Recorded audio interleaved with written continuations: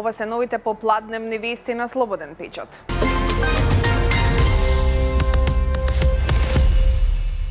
Сојузот на синдикати денеска ги блокираше представниците на владата пред почетокот на седницата, порачувајќи им дека не држи ниту еден нивен аргумент за да нема повисоки плати во државава.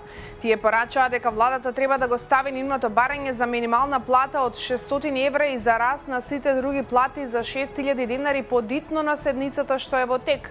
При тоа побараа владата да им пружи рака на работниците, но и на бизнисот.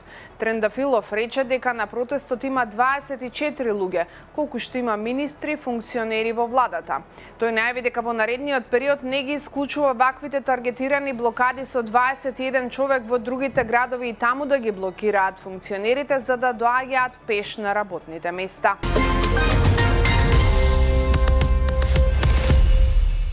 Советот утврди дека кандидатот Владимир Панчевски не ги исполнува законските услови предвидени во Законот за јавно обвинителство. Имено, согласно законските одредби, кандидатот треба да има најмалку 10 години непрекинат работен стаж од областа на кривичното право.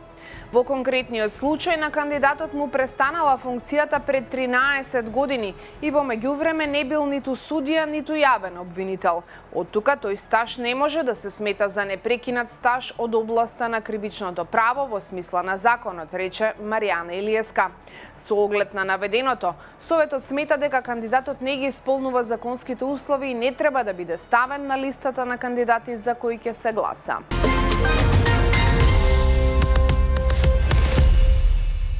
Поминаа 6 месеци во кои Министерството за здравство конечно ја формираше комисијата од странски кардиолози за експертски да испитаат што се случувало во Македонија со кардиоваскуларните интервенции за кои професор доктор Сашко Кедев пријави дека наводно биле непотребни и спорни. Додека Министерството да ја формира странската експертска комисија од врвни лекари за срце, Кедев веќе си замина од здравствениот совет. Лекарите од странство имаат една задача – да разгледаат конкретни медицински истории на 10 пациенти за кои домашната комисија од лекари веќе даде индиции дека биле непотребно хируршки третирани во областа на кардиологијата. Нивната работа ќе биде платена од буџетот на сите граѓани, но Министерството за здравство на прашањата на Слободен печат колку пари ќе земат за својот ангажман овие странски хирурзи и кардиоваскуларни и торакални специјалисти не е транспарентно.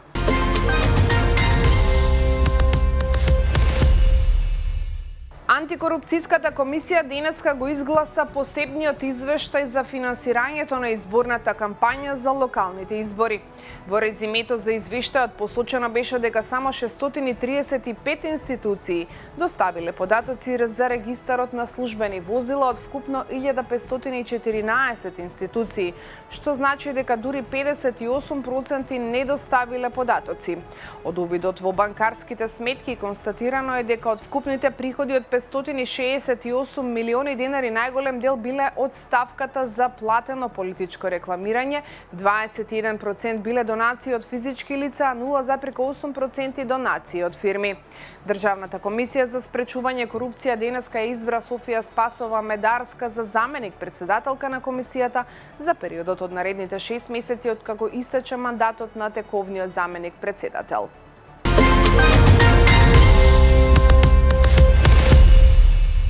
Четиригодишно дете со тешки повреди е пренесено во болница откако во него удрил автомобил во скопската населба Драчево, соопшти Министерството за внатрешни работи. Несреќата се случила вчера околу 17 часот.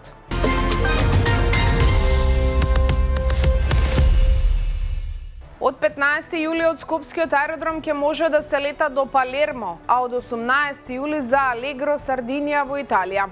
Скопскиот аеродром ќе прошири својата мрежа на линии со уште 2 нови релации кон Будимпешта и Неапол, додека Охридскиот аеродром ќе добие нова линија до Милано. Austrian Airlines во мај ќе започне со летови од Охрид до Виена, а во јуни Визер ќе воведе уште 2 нови линии од Охрид до Катовице и Вроцлав.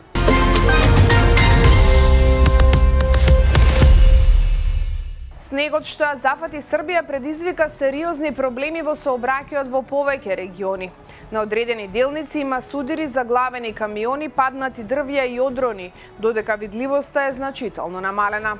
Во текот на ноќта наврнале околу 20 сантиметри снег на подрачјето на Чајетица, Ужице и Бајина Башта во Србија, а сите расположливи екипи се на терен и работот на расчистување на патиштата според приоритети, објави Serbian Times.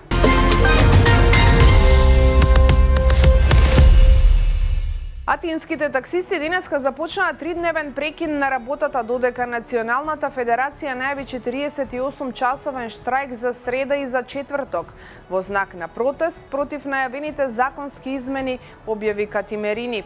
Контроверзниот законски предлог, кој моментално е на јавна расправа со повеќе од 800 пристигнати коментари, предвидува задолжителна набавка на возила со нулта емисија за сите нови регистрации на такси во Атина и во Солун од јануари 2026 година. Возачите се противат на, како што ја нарекуваат, насилната транзиција кон електрични возила, укажувајќи на недоволната инфраструктура за полнење. Во Атина во моментов има само 31 брз полнач.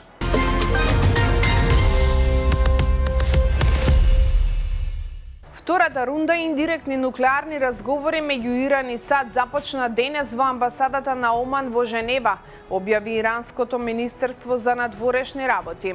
Разговорите ќе се фокусираат на нуклеарното прашање и укинувањето на санкциите на САД, додека форматот на разговорите ќе го следи претходниот круг одржан на 6 февруари во Мускат.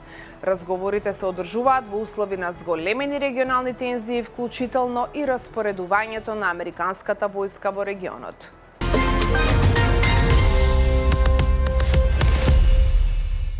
Портпаролот на рускиот претседател Димитри Песков изјави дека денес не се очекуваат информации за трилатералните преговори во Женева меѓу Украина, Русија и САД, бидејќи разговорите треба да продолжат утре. Портпаролот на рускиот претседател Димитри Песков претходно објави дека руската делегација на разговорите ја предводи помошникот на претседателот Владимир Медински. Делегацијата од Киев ја предводи секретарот на Советот за безбедност на Украина Рустем Умеров. Американската страна ја предводи администрацијата под претседателството на Доналд Трамп, кој ги испрати својот главен преговарач Стив Витков и неговиот зет Джаред Кушнер.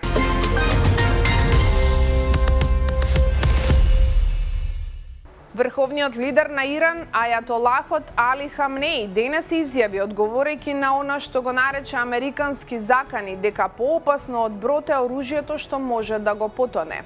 Осврнувајќи се на неодамнешните немири во земјата, тој ги подели загинатите во 3 групи: членови на безбедносните сили, кои ги нарече маченици, невини минувачи убиени за време на судирите и, како што ги нарече, заблудени демонстранти, кои подоцна се покајале, објави новинската агенција Тасним. Ова беа попладневните вести на Слободен печат. Се што е ново кај нас и во светот дознавате на нашиот портал slobodенpečat.mk. Утре се гледаме повторно.